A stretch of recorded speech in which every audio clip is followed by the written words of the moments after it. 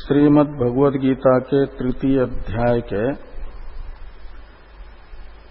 29वें श्लोक की चर्चा कल हम लोग कर चुके हैं। 30वें श्लोक की चर्चा आज होनी है। 29वें श्लोक का भाष्य भी अवशिष्ट है। तृतीय अध्याय में भगवान अशुद्ध चित्त मुमुक्षु को उसके अभिष्ट मोक्ष प्राप्ति के उपाय के रूप में परंपराया साधन कर्म को बता रहे हैं। और जो कर्म का अधिकारी है उसकी कर्म में महत्व बुद्धि जिससे दृढ़ हो, ऐसा ही विद्वान को उसके सामने स्वयं का आचरण भी प्रस्तुत करना चाहिए और उसके श्रेय प्राप्ति का उपाय के रूप में कुर्वन्नेवेह कर्माणि जिजीविषेच्छतं समाह एवं त्वयिनान्यथेतोऽस्ति न कर्म लिप्यते नरे इत्यादि श्रुतियां विविदिशन्ति यज्ञेन दाने तपसा नाशकेन इत्यादि जो श्रुतियां हैं उन्हीं को प्रमाण के रूप से प्रस्तुत करना चाहिए। इस बात को यद्यदाचरति श्रेष्ठस्तत्तदेवेतरो जनः स यत् प्रमाणं कुरुते लोकस्तदनुवर्तते इत्यादि से भगवान कह रहे हैं। और विद्वान को बताया कि ऐसा करें और कर्माधिकारी की कर्म से बुद्धि का विचलन न करें, बुद्धि भेद न करें। और इसलिए कर्माधिकारी का श्रेय जिस कर्मानुष्ठान से है ऐसा कर्मानुष्ठान स्वयं का प्रयोजन न होने पर भी विद्वान उन लोगों के सामने स्वयं अनासक्त भाव से करता हुआ उनकी कर्म में श्रद्धा बढ़ाए। जो से सर्वकर्माणि विद्वान युक्त समाचरण इत्यादि से कहा। और जो विवेकी है कर्म कर भी लेता है तब भी वह कर्म बंधन में नहीं फंसता है। इसे तत्ववित्तु महाबाहो गुण कर्म विभागयोः गुणा गुणेषु वर्तन्त इति मत्वा न सज्जते, इस 28वें श्लोक में बताया। और जो आत्मानात्म विवेक संपन्न नहीं है अपितु अनात्मा प्रकृति के गुण शब्दित कार्यक्रम संघात को ही मैं के रूप में ग्रहण कर रहा है, आत्मानात्म अविवेक है जिसके बुद्धि में, वह कार्यक्रम संघात के द्वारा होने वाली क्रियाओं को मैं करता हूं ऐसा अभिमान करके बंधन में आ जाता है। ऐसा अभिमान कार्यक्रम संघात के किसी व्यापार में तत्वविद का नहीं होता है। और इस बात को प्रकृतेर गुण सम्मूढ़ा सज्जन्ते गुण कर्मसु तान अकृष्ण विदो मंदान कृष्णविन्न विचालयेत।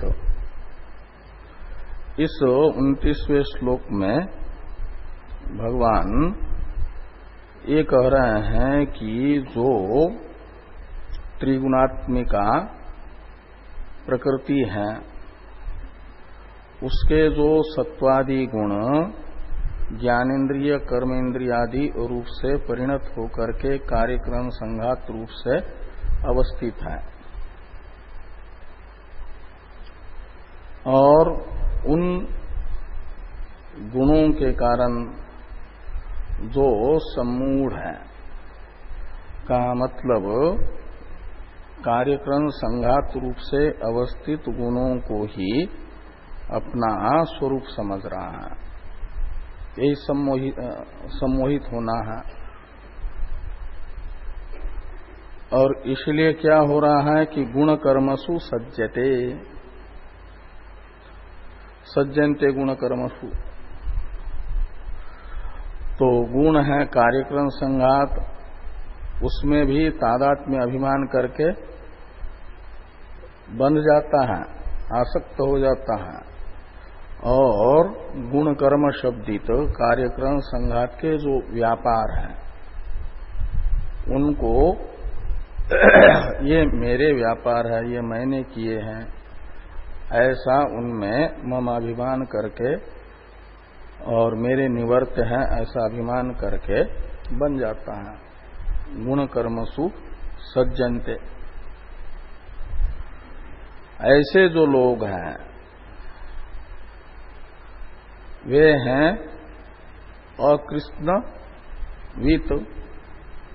अकृष्ण है कर्म फलभूत संसार, और संसार अंतःपाती साध्य साधन भाव का मात्र बोध रखने वाले अकृष्ण वित है। और मंद है, अशुद्ध चित्त है, उन्हें कृष्णवित यानी परमार्थ तत्ववित न विचालयेत, कर्म रूपी साधन में उनकी अश्रद्धा हो ऐसा न करें। भाष्यकार भगवान इस श्लोक का इसी प्रकार का अर्थ बता रहे हैं। प्रकृतेः गुणैः सम्यक् मूढ़ा यानी सम्मोहिता, तो जो प्रकृति के गुण हैं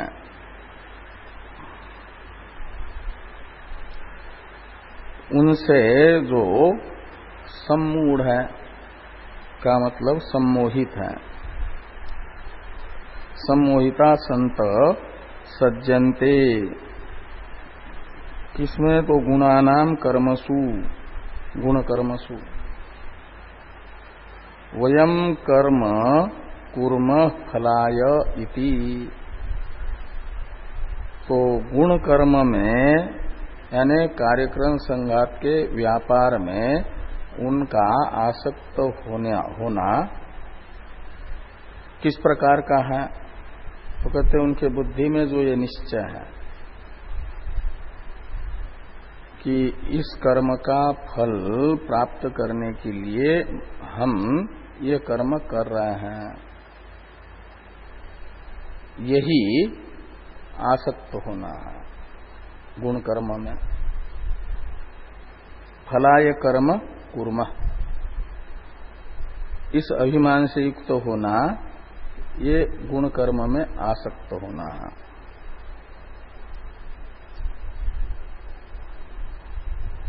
तो तान यानी जो कर्म संगी है, कर्म में आसक्त हैं,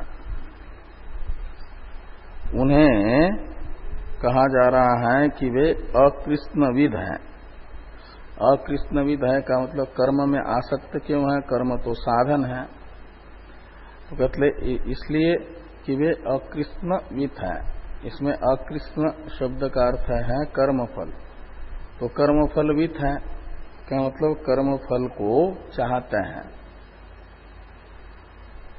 कर्मफल को इष्टत्वेन रूपेण जानते हैं, तो कर्मफल उनका इष्ट है। तो जिनका कर्मफल इष्ट होगा वह फल का साधनभूत जो कर्म है उसमें आसक्त होंगे। ये दिखाने के लिए अकृष्णवित ये उनमें कर्म गुण कर्म में क्यों आसक्त है, ये दिखाने के लिए अकृष्णवित ये विशेषण है हेतु गर्भ। फल को चाहते हैं, फल की चाह साधन में प्रवृत्त करती है, साधन में आसक्त कर देती है। तो अकृष्णवित शब्द बता रहा है कर्म फल को इष्टत्वेन रूपेण वे जानते हैं। अकृष्ण शब्दित कर्मफल हमें अभिष्ट है, इस निश्चय वाले हैं। इसलिए उसकी अकृष्ण शब्दित कर्मफल की प्राप्ति का उपाय जो गुण कर्म है, उसमें फलाय वयम कर्म कुर्म ऐसा अभिमान करके आसक्त होते हैं।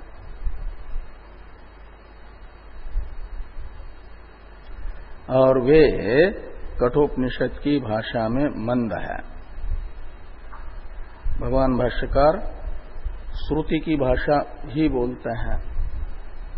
श्रुति कर्म फल में दृष्टि रखने वाले को मंद कहती है और मोक्ष में दृष्टि रखने वाले को धीर कहती है।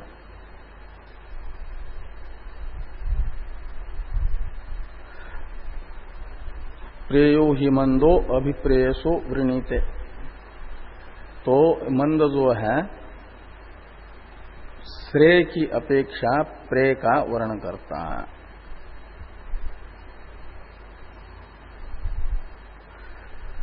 तो मंदान का अर्थ कर रहे हैं कि मंदान यानी मंद प्रज्ञान।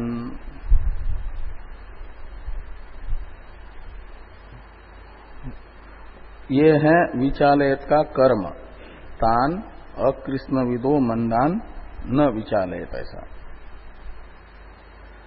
विचालयत के कर्ता को बताते हैं कृष्णविद शब्द से। कृष्णविद शब्द का अर्थ भाष्यकार भगवान करते हैं आत्मविद। कृष्ण कहते हैं संपूर्ण को, संपूर्ण है परमात्मा ही, अपरिचिन्न। तो कृष्णविद यानी आत्मविद स्वयं न विचालयेत।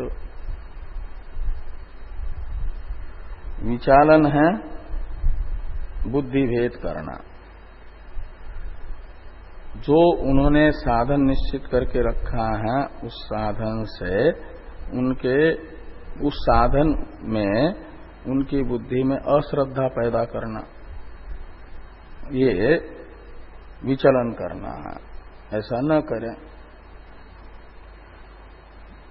तो चालन, बुद्धि के चालन का प्रकार बता रहे हैं भाष्कर भगवान आगे वाले वाक्य में। बुद्धि भेद करणम एव चालनम तत् न कुर्यात इत्यर्थ। न विचालयत का अर्थ है बुद्धि का भेद ही चालन है। बुद्धि से लेना कि कर्म हमारे अभिष्ट प्राप्ति का साधन है इत्याकारक निश्चय, और उसका भेदकरण है कर्म में अभिष्ट साधनत्व का व्यावर्तन, निश्चय को हटाना उनके बुद्धि में से। इस निश्चय को दृढ़ न करके कर्म में अनास्था पैदा करना, वो न करें। 30वें श्लोक का अवतरण है भाष्य में। कथम पुनः कर्मणि अधिकृतेन अज्ञान मुमुक्षुना कर्म कर्तव्यम इति उच्यते।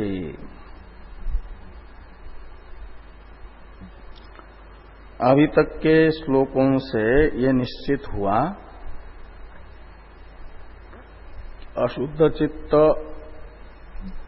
मुमुक्षु को अपने अभीष्ट प्राप्ति के लिए कर्म ही अनुष्ठेय है, कर्म करना चाहिए।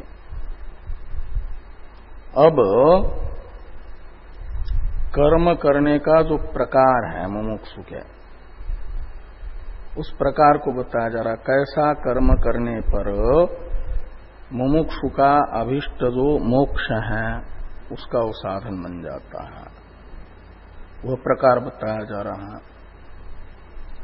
इसलिए आकांक्षा करते हैं कि कथम पुनः कर्मणि अभियुक्त अधिकृतेन अज्ञेन मुमुक्षुना कर्म कर्तव्यम। तो जो कर्म में अधिकारी अज्ञानी मुमुक्षु है, उसमें भी अविरक्त चित्त, ये अज्ञ शब्द उपलक्षण है अविरक्त चित्त का। विरक्त चित्त भी अज्ञानी है, लेकिन उसे तो श्रुति कहती है कि उसका कर्तव्य शम है। आगे भगवान भी कहेंगे योगारूढ़स्य तस्यैव शमः कारणमुच्यते। वो भी अभी अज्ञानी है। ज्ञान के बहिरंग साधनों का प्रयोजन उसके जीवन में प्राप्त हुआ है। मोह कलिल रूपी जो बुद्धिस्त दोष है वो निकल गया है। यदाते मोह कलिलम बुद्धिर्वेति तरिष्यति हुआ है। और इसीलिए निर्वेद प्राप्त हुआ तदागंतस निर्वेदम से। तो निर्वेद प्राप्त जो विरक्त है वह अज्ञ होने पर भी उसका अनुष्ठेय बाह्य कर्म नहीं अपितु उसका अनुष्ठेय ज्ञान का अंतरंग साधन जो बाह्य कर्म से भी कठिन है, श्रवण मनन निधिध्यासन। वेदांत का श्रवण मनन निधिध्यासन सरल नहीं है। खाली सुबह शाम 1 घंटा स्वाध्याय में बैठना इतना मात्र श्रवण नहीं होता। उपनिषदों का तात्पर्य निर्णय अनुकूल जो उपक्रम उपसंहार आदि तात्पर्य निर्णायक प्रमाण है, उनसे ठीक ठीक तात्पर्य निर्धारण अनुकूल विचार, ये विचार श्रवण कहलाता है। इस प्रकार का विचार अविरक्त चित्त से नहीं हो पाता। उसके लिए आवश्यकता होती है चित्त के शुद्धि की, योग्यता की। इसलिए वो तो और कठिन साधन है श्रवण मनन निधिध्यासन, वो उसका कर्तव्य है। और जो अविरक्त चित्त है उसके लिए सरल साधन है ईश्वरार्थ कर्म। मदर्थमपि कर्माणि कुर्वन् सिद्धिम अवाप्स्यसि, भगवान कहेंगे। वो है बहिरंग साधन, वही सरल साधन है अशुद्ध चित्त मुमुक्षु के लिए। वही उसका अनुष्ठेय है। ये अभी तक के ग्रंथ से कहा। तो ऐसे अशुद्ध चित्त मुमुक्षु को कैसे कर्म करना चाहिए, तो उसके शुद्धि का हेतु बनेगा। वो उसके अंदर ज्ञान की योग्यता उत्पन्न करेगा। ऐसा कर्मानुष्ठान का प्रकार क्या है, वो प्रकार 30वें श्लोक में बताया जा रहा है। तो कथम पुनः कर्मणि अधिकृतेन अज्ञेन मुमुक्षुना कर्म कर्तव्यम इति उच्यते। 30वें श्लोक का उच्चारण किया जाए। मयि सर्वाणि कर्माणि सन्न्यस्याध्यात्मचेतसा निराशीर्निर्ममो भूत्वा युध्यस्व विगतज्वरः।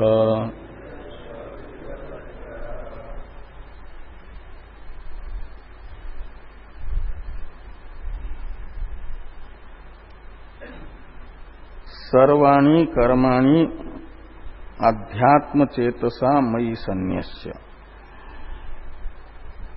इसमें अध्यात्म चेतः शब्द का अर्थ है विवेक।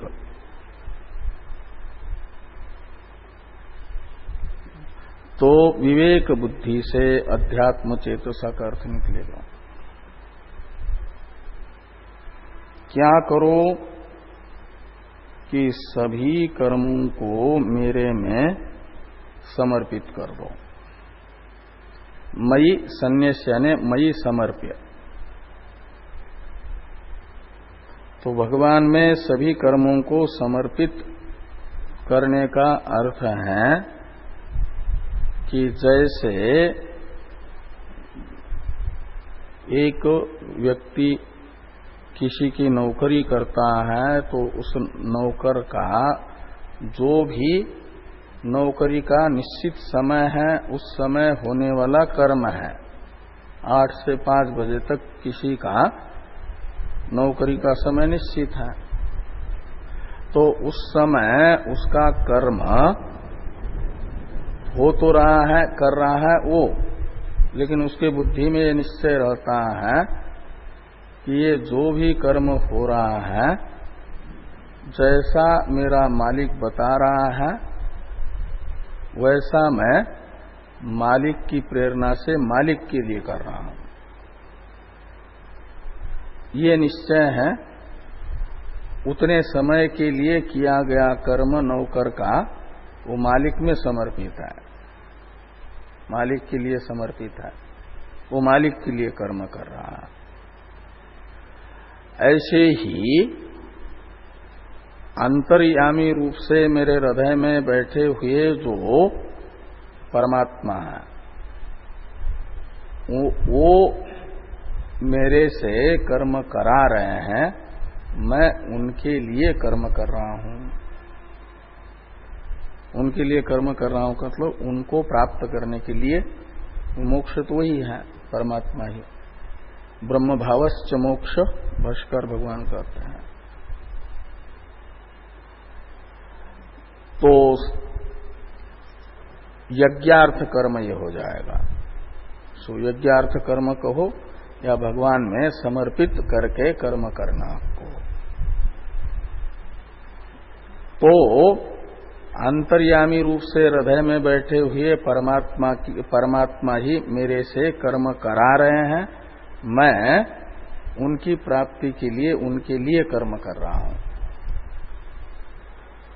इस प्रकार के निश्चय के साथ कर्म करने का नाम है भगवान में कर्मों को विवेक बुद्धि से समर्पित करना। और वो समर्पित करते समय लौकिक जो नौकर होता है उसे तो नौकरी रूपी कर्म का जो फल है वेतन, उसकी आकांक्षा होती है, इसलिए वो निराशी नहीं होता। मुमुक्षु को इन कर्मों को करते समय जो लौकिक फल है उस लौकिक फल की आशा से रहित होना है, निराशी होना है। इसलिए निराशीर, आशीष शब्द का अर्थ है आशा, आकांक्षा, इच्छा, कामना। और निराशी शब्द का अर्थ निकलेगा लौकिक जो फल है उस फल विषयक कामना से रहित, निष्काम। तो स्वयं निष्काम होकर के, क्या मतलब लौकिक फल की कामना से रहित होकर के। मुमुक्षु के कर्म का कर्मानुष्ठान का प्रकार है, उसका आंतरिक निश्चय रहेगा, ये एक विवेक रहेगा कि अंतर्यामी रूप से मेरे हृदय में बैठे हुए परमात्मा मेरे से करा रहे हैं, मैं परमात्मा के लिए कर्म कर रहा हूं। इस निश्चय से वह परमात्मा में कर्म को समर्पित करता है। परमात्मा में समर्पित करने का अर्थ है परमात्मा के लिए कर्म करना। और लौकिक फल की कामना से रहित है, निष्काम है, निराशीर। और निर्ममो का मतलब कर्म में मम अभिमान भी रहित होकर के। ये तो भगवान का कार्य है भगवान करा रहे हैं, मैं तो बीच में निमित्त हूं, मैं कर रहा हूं ऐसा नहीं। इस प्रकार ये किए जाने वाले स्वयं के कार्यक्रम संघात के द्वारा किए जाने वाले कर्म में भी ममत्व अभिमान रहित, ये मेरा कर्म है ऐसा नहीं। तो ऐसा हो करके और विगत ज्वर सन युध्यस्व, तो विगत ज्वर में ज्वर शब्द का तो वाच्यार्थ होता है ताप, और ताप यानी दुख, और दुख और शोक एक प्रकार से इनको चाहे हेतु मत कहो या शोक भी एक दुख ही होता है, इसलिए यहां पर ज्वर शब्द से दुख को लेना, शोक को लेना है। शोकाकुल व्यक्ति संतप्त रहता है। तो विगत ज्वर का अर्थ है अशोकसन, शोक रहित होकर के। अर्जुन शोकाकुल है ना, शोक कहलाता है अभिष्ट पदार्थ के वियोग से मानसताप, शोक कहलाता है। अर्जुन के अनुकूल है द्रोण भीष्म आदि, युद्ध होगा तो अर्जुन इनकी मृत्यु देख रहा है, तो उनका वियोग भविष्य में होगा, और उस भविष्यत्कालीन भीष्मादि के वियोग निमित्तक मन में जो संताप है, विषाद है अर्जुन के, भगवान अर्जुन को कह रहे हैं कि विगत ज्वरसन, तो उस शोक से रहित होकर के तुम युद्धस्व यानी स्वधर्मम अनुतिष्ठ, अपने धर्म का पालन करो। अर्जुन का धर्म है युद्ध।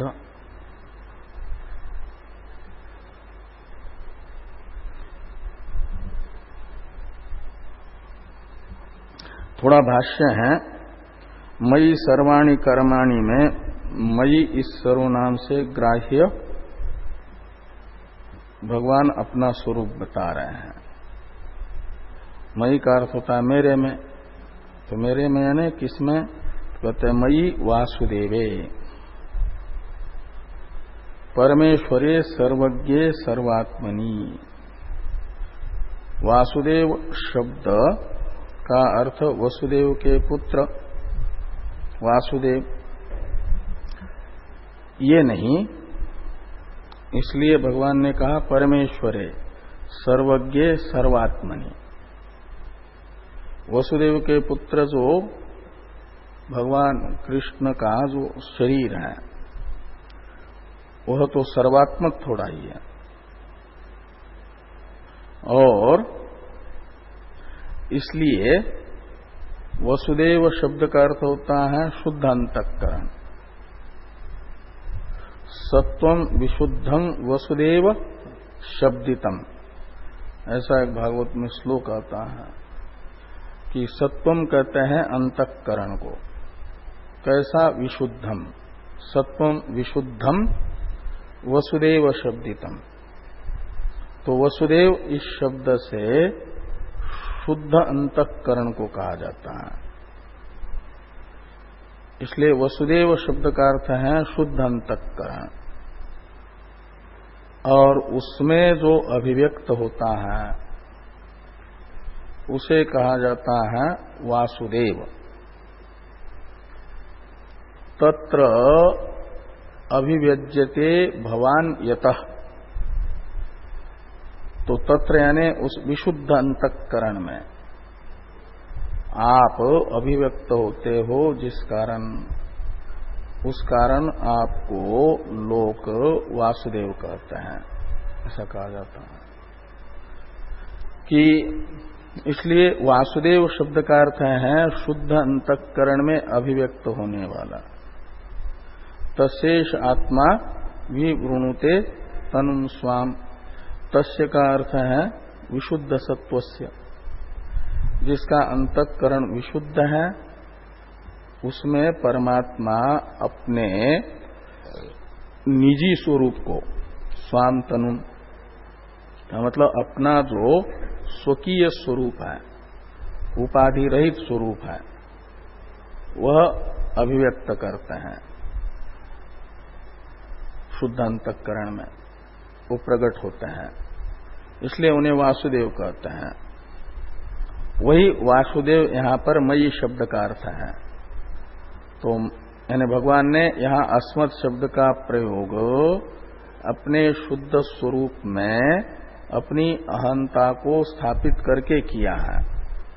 जब इस श्लोक में मयि शब्द का प्रयोग कर रहे हैं भगवान, तो उस समय वसुदेव देवकी के पुत्र के रूप में अर्जुन के सामने विद्यमान जो शरीर है पार्थ सारथी के रूप में, उस शरीर के लिए अहम शब्द का प्रयोग या मयि शब्द का प्रयोग नहीं कर रहे हैं। उस शरीर में अपने कर्मों को समर्पित करके मुमुक्षु कर्म करे, ऐसा नहीं कर रहे हैं। तो मयि यानी परमात्म स्वरूप है जो विशुद्ध अंतःकरण में, निर्दोष अंतःकरण में उत्तम अधिकारी के अहम इस वृत्ति में अभिव्यक्त होता है।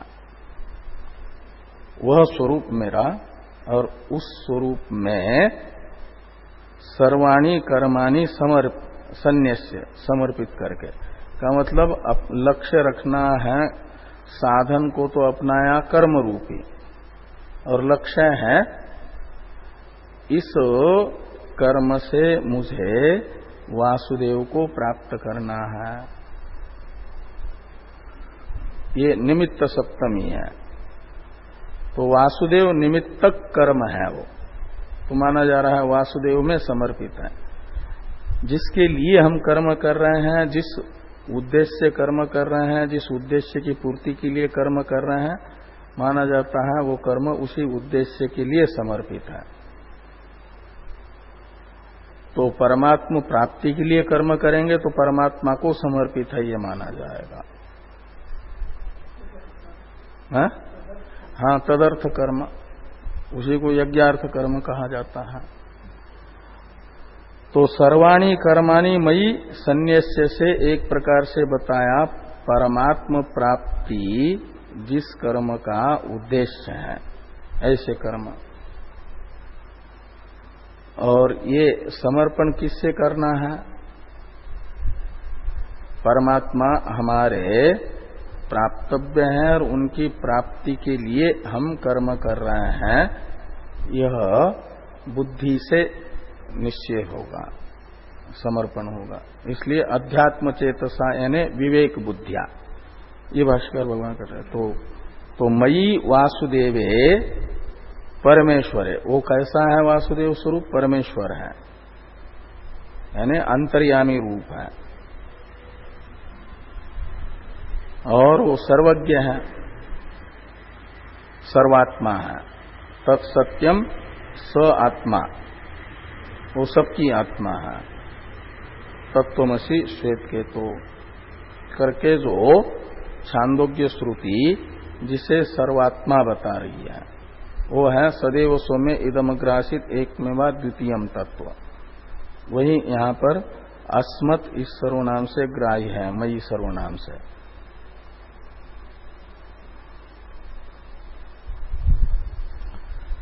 और सर्वाणी कर्माणि संन्यस्य ने निक्षिप्य, अध्यात्म चेतसा का अर्थ कर दिया विवेक बुद्धिया।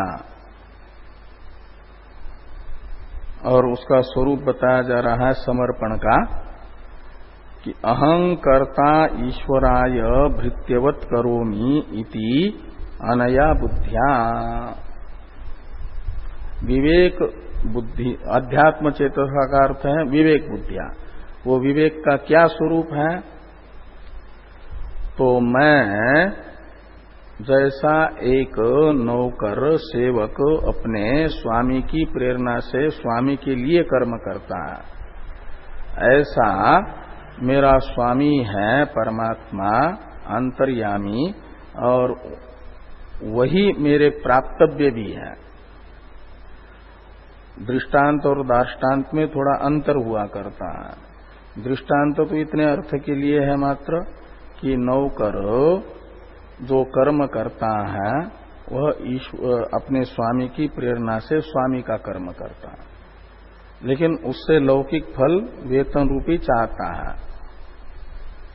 ऐसे यहां पर मुमुक्षु का कोई स्वामी से अलग, स्वामी से प्राप्तव्य कोई दूसरा फल नहीं है, वो स्वामी ही प्रयोजन भी है। स्वामी है यहां परमात्मा ही, वही प्राप्तव्य भी है, उसी के लिए कर्म है। इतना तो दार्ष्टान्त में वह लक्षण नहीं होगा। तो अहंकर्ता इसलिए ईश्वराय कर्म करोमि, ऐसा तो ईश्वराय भृत्यवत करोमि, इस बुद्धि से कर्म करने का नाम है अध्यात्म चेत से परमेश्वर में कर्म को समर्पित करना। और मुमुक्षु में 3 विशेषताएं बताई जा रही है। मुमुक्षु के कर्म का उद्देश्य रहेगा परमात्मा प्राप्ति। मयि सर्वाणि कर्माणि सन्न्यस्य अध्यात्म चेतसा से बताया। और वह समझता है कि ईश्वर मेरे से करा रहे हैं, श्रुति ही कहती है। तम साधु कर्म कारयति यम उन्निनीसते, येभ्य लोकेभ्य उन्निनीसते। जो उस साधक से परमात्मा सत्कर्म कराते हैं जिन्हें लोक शब्दित संसार से ऊपर उठाना चाहते हैं। इस श्रुति के द्वारा बताया गया जो अर्थ है उस निश्चय वाला होना है। इसलिए ईश्वर की प्रेरणा से ईश्वर प्राप्ति के लिए कर्म कर रहा हूं, ये निश्चय रहता है एक तो साधक का। और दूसरा, संसार अंतःपाती जो येष्णाएं हैं अभी हृदय में है, लेकिन इस कर्म के फल स्वरूप, इस कर्म का साध्य संसार अंतःपाती किसी फल विशेष को नहीं बनाता। पहले से तो कुछ अशुद्धि चित्त में है, उस अशुद्धि को निकालने के लिए, वो अशुद्धि ही है कर्म संसारासक्ति। इसलिए संसार अंतःपाती किसी फल विशेष की जो आशी है, वो नई अलग से यदि बन जाएगी तो और अशुद्धि ही बढ़ेगी। इसलिए निराशी भूत्वा का अर्थ है जो कर्म ईश्वर की प्रेरणा से कर रहा है, उस कर्म का संसार अंतःपाती जो फल विशेष हो सकता है, उस फल विशेष की कामना से रहित होकर के।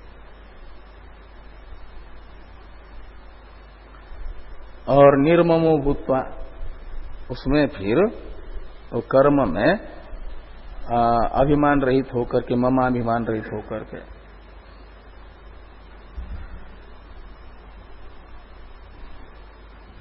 इस अभिप्राय से आगे कहा जा रहा है भाष्य में कि किंच निराशी यानी त्यक्तासी, निर्ममो यानी मम भाव च निर्गतो यस्य तव सत्वं निर्ममो भूत्वा युध्यस्व यानी विगत ज्वर, विगत संतापो, विगत शोक सन इत्यर्थ।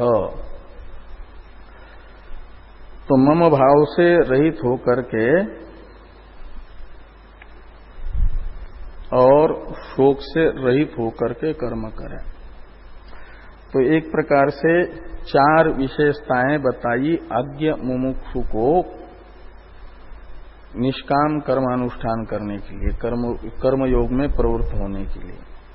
उत्तरार्ध में 3 है, विगत ज्वर शब्द से एक बताए निर्मम शब्द और निराशीर शब्द, और पूर्व में अध्यात्म चेतसा से एक विवेक बताया है। विवेक बुद्धि से ईश्वर में कर्म का समर्पण, ईश्वर में कर्म का समर्पण का अर्थ है कर्म का प्राप्तव्य फल कर्म से ईश्वर ही है, ईश्वर को चाहेगा, यज्ञार्थ कर्म होगा। ऐसा हो करके यदि कर्म करता है तो वो कर्म हुआ ईशावास्योपनिषद के द्वितीय मंत्र के द्वारा प्रतिपादित कर्म। ये पंथा है अशुद्ध चित्त मुमुक्षु को कर्म बंधन से मुक्ति का मार्ग है। एवं तो और इससे विलक्षण कोई दूसरा पंथा मार्ग नहीं। एवं तो नान्य थे तोस्ति न कर्म लिप्यते नरे।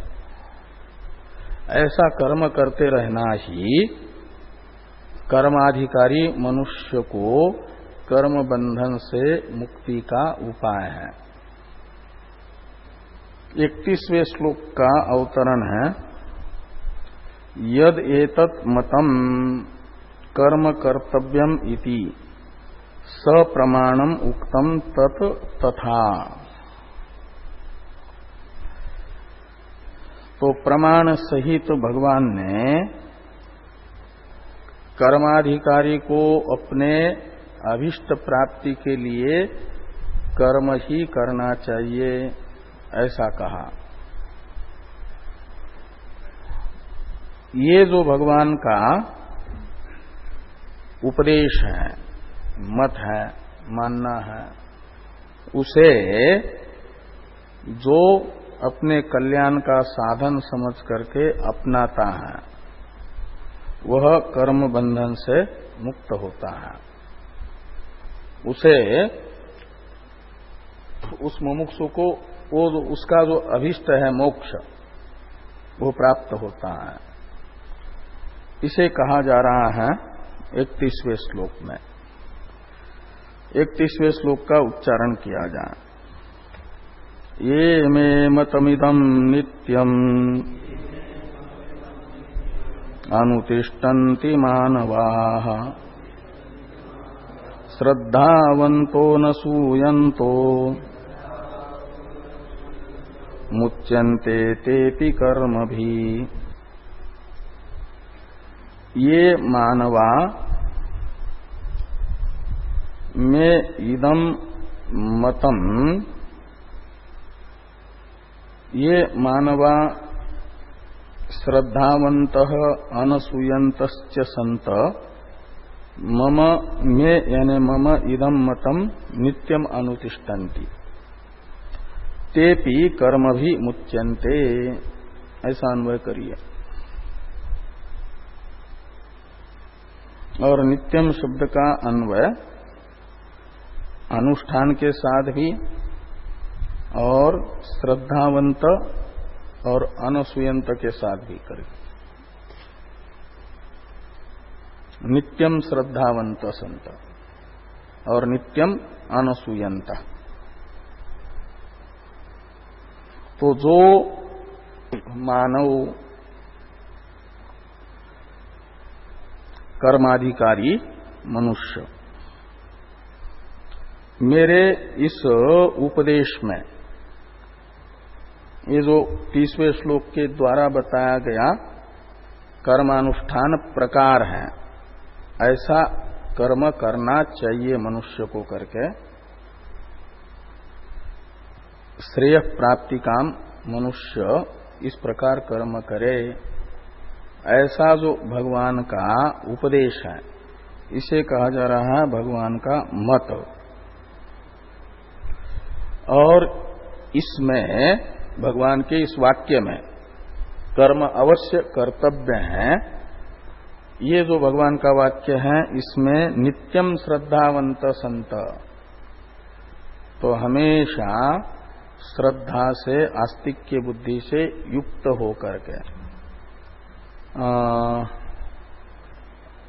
शुरू वाला श्लोक क्या है तीसरे अध्याय का? जायसी चेत कर्मणस्ते मता बुद्धिर जनार्दन तत्किम कर्मणि घोरे माम नियोजयस केशव। भगवान ने कहा कर्मण्येवाधिकारस्ते मां फलेषु कदाचन, लेकिन थोड़ा श्रद्धावंत न होने से तत्किम कर्मणि घोरे माम नियोजयस केशव यह आक्षेप हो जाता है। तो ऐसा नहीं, किंतु कितना भी कष्टकर हो भगवान कह रहे हैं तो निश्चित ही यही मेरे श्रेय प्राप्ति का साधन है, कल्याण का साधन है। इस निश्चय के साथ, ये निश्चय है श्रद्धा भगवान के वाक्य में, और इस प्रकार नित्य श्रद्धा से युक्त होकर के और अनसूयंत असूया है। भगवान चाह रहे हैं हित, और हित की चाह से भगवान उपदेश कर रहे हैं। इसमें कोई भगवान का जो उपदेश है वाक्य है निर्दोष है। वेद यही बताते निर्दोष प्रमाण कि कर्माधिकारी के मुक्ति का उपाय कर्म ही है करके। एवं तो नान्यथे तोस्ति, ये मंत्र ही बता रहा है, और उसी मंत्र का अर्थ भगवान कह रहे हैं। इसमें कोई दोष नहीं है, लेकिन यदि श्रद्धा की कमी हो तो फिर असूया उत्पन्न होती है कि भगवान कहीं हमें गलत मार्गदर्शन कर रहा है।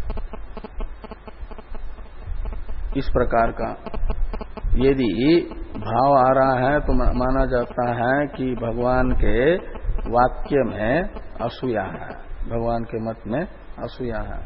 तो इस प्रकार की असूया से हमेशा रहित रह करके ये भाव हृदय में आए ही न। ऐसे होकर के जो मनुष्य भगवान ने बताए हुए स्वधर्म का जैसा प्रकार भगवान ने बताया अनुष्ठान का, वैसा ही हमेशा अनुष्ठान करते हैं, तो तेपी कर्म भी मुच्यन्ते, तो कर्म बंधन से मुक्त हो जाते हैं। शुद्ध चित्त होता है, नित्यानित्य वस्तु विवेक और विचारादि द्वारा ज्ञान प्राप्ति करके कर्म बंधन से मुक्ति पा लेते हैं। तो भाष्य है थोड़ा, ये में मदीयम इदम मतम अनुतिष्ठन्ति अनुवर्तन्ते मानवा मनुष्य। श्रद्धावंत यानी श्रद्धाना और अनसूयंत का अर्थ करते असूयाच मयि गुरो वासुदेवे अकुर्वंत। भगवान में असूया होगी, भगवान हमें गलत मार्गदर्शन कर रहे हैं इत्याकारक भाव, वो सब किए बिना जो भगवान के द्वारा उपदिष्ट साधन को अपनाते हैं, कहते ते अपि मुच्यन्ते एवं भूता धर्माधर्माख्ये कर्म भी। तो जो जन्म का हेतुभूत कर्म है पूर्व में अनुष्ठित संचित रूप में, उनसे वो मुक्त हो जाते हैं, ज्ञान हो जाता है। तो क्षीयन्ते चास्य कर्माणि तस्मिन् दृष्टे परावरे। ज्ञानाग्नि दग्ध कर्माणम तमाहु पंडितम गुहा। जो कर्माधिकारी कर्म करते हैं उनको तो उनके अभिष्ट की प्राप्ति होती है, इसे 31वें श्लोक में बताया गया। और जो इनसे विपरीत है, कर्माधिकारी होते हुए भी भगवान के इस उपदेश में श्रद्धा नहीं और भगवान में असूया है, तो वे स्वयं का ही विनाश प्राप्त कर लेते हैं। इसे कहा जा रहा है। 32वें श्लोक का उच्चारण किया जाए। ये त्वेदतभ्यसूयन्तो नानुतिष्ठन्ति मे मतम् सर्वज्ञान विमूढ़ांस्तान् विद्धि नष्टान चेतसः। तो ये तू मानवा, इसमें जो तू है मानवा पद का पूर्व से अध्यार कर दीजिए। और तू है पूर्व श्लोक में बताए गए मानों से वैलक्षण्य यहाँ का बताने वाले। पूर्व वाले तो श्रद्धा वाले हैं, अनसूया से युक्त हैं। इसमें वैलक्षण्य होगा, ये अश्रद्धालु है और असूयावान है। तो वही वैलक्षण्य बताया जा रहा है तू शब्द के द्वारा सूचित। ये तद अभ्यसूयंत, तो ये तत् मतम अभ्यसूयंत, भगवान का जो ये मत है, उपदेश है कि कर्माधिकारी को करना ही चाहिए। इसमें दोष न होने पर भी दोषारोपण कर रहे हैं तो यासु यहां। और इसी के कारण असूया नामक दोष से दूषित होने के कारण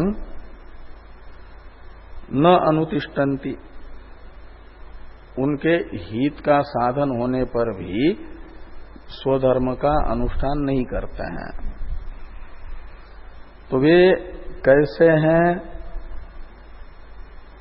तो कहते हैं कि उन्हें तुम ऐसा समझो कि सर्वज्ञान विमूढ़ान,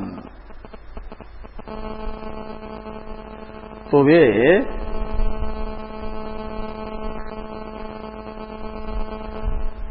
तो मूढ़ है, मोहित है, सर्व ज्ञान विषयक मोह उनके बुद्धि में है और अचेतसः है, का मतलब विवेक रहित है, अविवेकी है।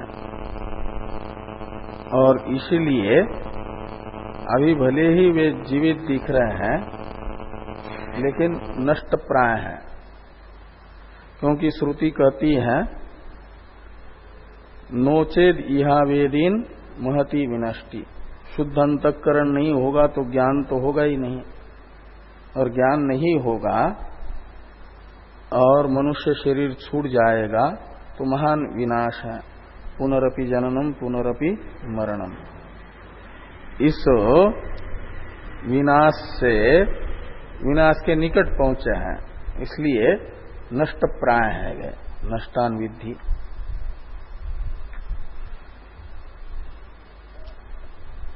इसका भाष्य हम लोग देखते हैं। कल एकादशी है,